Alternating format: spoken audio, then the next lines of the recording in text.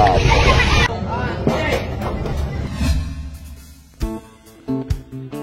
ya, saya Diki Chandra. Hari ini saya akan menyuguhkan video tentang ngamuk marah.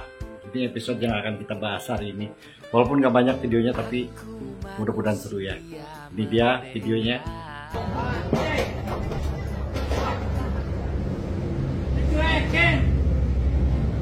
Dari tadi gua duduk situ baru-baru ditanya. Pak. Jangan ketawa, Dek. Si bapak marahnya serem juga sih. tapi saya nggak bisa menyalahkan si bapak, apalagi dalam usia yang sudah sedemikian uzur. Pasti ada beberapa hal yang membuat dia jadi emosi. Karena saya aja yang bisa dibilang lebih muda dibandingkan dia pernah mengalami hal yang kurang lebih sama. Jadi ceritanya saya punya langganan untuk makan seafood. Istri saya, anak saya, teman-teman saya selalu makan di situ. Kita kalau makan jarang sendiri, pasti rame-rame lah. Dan sudah cukup dekat dengan pelayan-pelayannya, udah ya kenal banget enggak, nama enggak, cuman udah akrab lah gitu kan, suka bercanda apa segala macam. Suatu saat ada artis sinetron yang juga pencipta lagu Mendung Tanpa Udan, ya ada filmnya kan, baru tayang tuh filmnya, lagi masih tayang ya di bioskop, yang mainnya Erik Strada, peran utamanya. Itu lagunya Mendung Tanpa Udan itu punya Kuku. Nah, Kuku kebetulan main di film saya jadi sutradara waktu itu. Terus dia sakit karena nginepnya di rumah saya, berarti saya nggak harus bertanggung jawab. Dia tinggal di rumah saya selama syuting, jadi saya coba pergi ke dokter. Setelah dicek, diperiksa di dokter, tiba-tiba di jalan kita mau cari buah-buahan, beli buah-buahan buat Kuku karena memang harus banyak makan buah-buahan. Saya bilang nanti setelah beli buah-buahan baru kita makan ya, ya. Tiba-tiba handphonenya Kuku satu lagi hilang. Kita balik lagi ke dokter, dicari-cari nggak ada, taunya jatuh di mobil, ketahuan. Udah ada panik begitu, ya udah yang penting sekarang makan, terus habis makan minum obat. Oke, pergilah ke sana.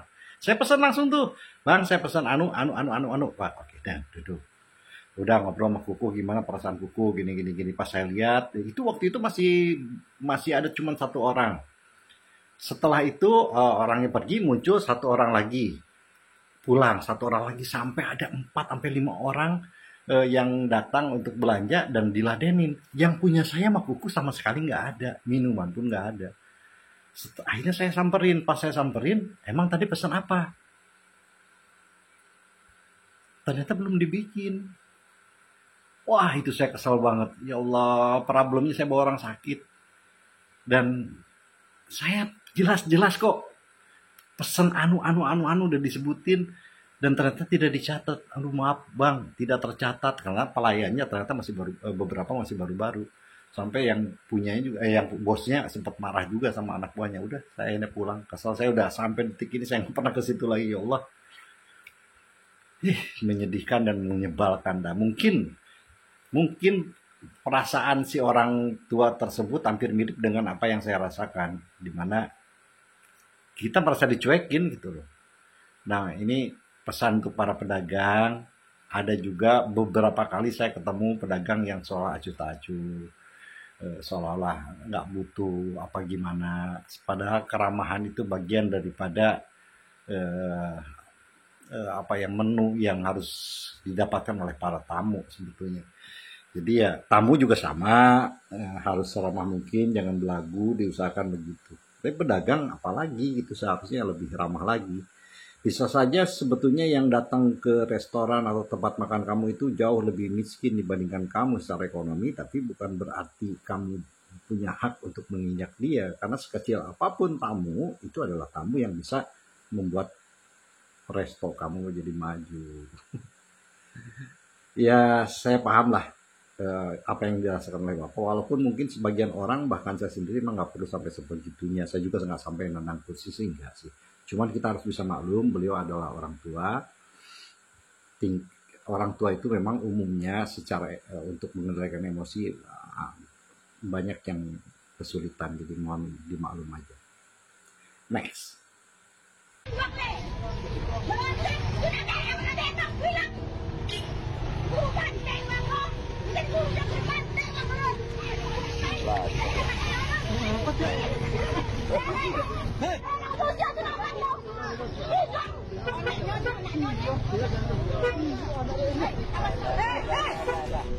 Jangan apa-apa ini, Bu.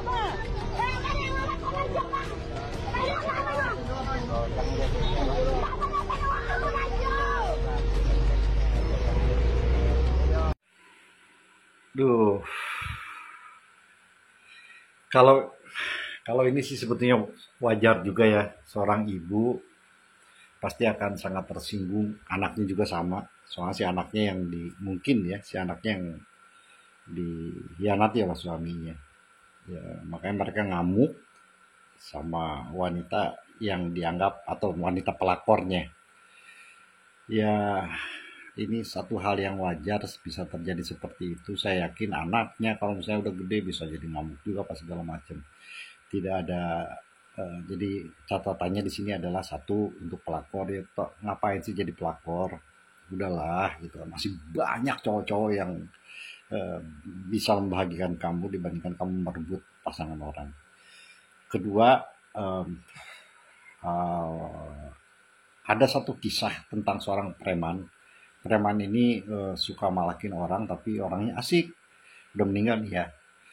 Satu saat istrinya selingkuh sama tetangganya apa sama temannya bagaimana lah. Selingkuh dan dia gebukin istrinya habis-habisan.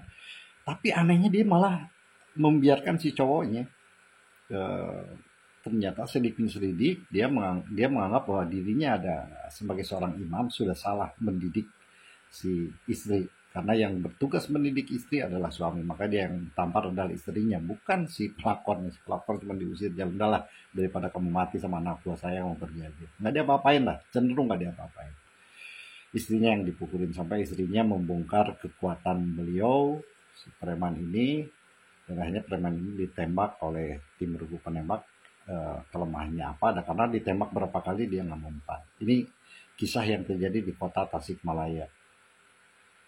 Orang Tasik di era-era itu pasti tahu siapa-siapanya.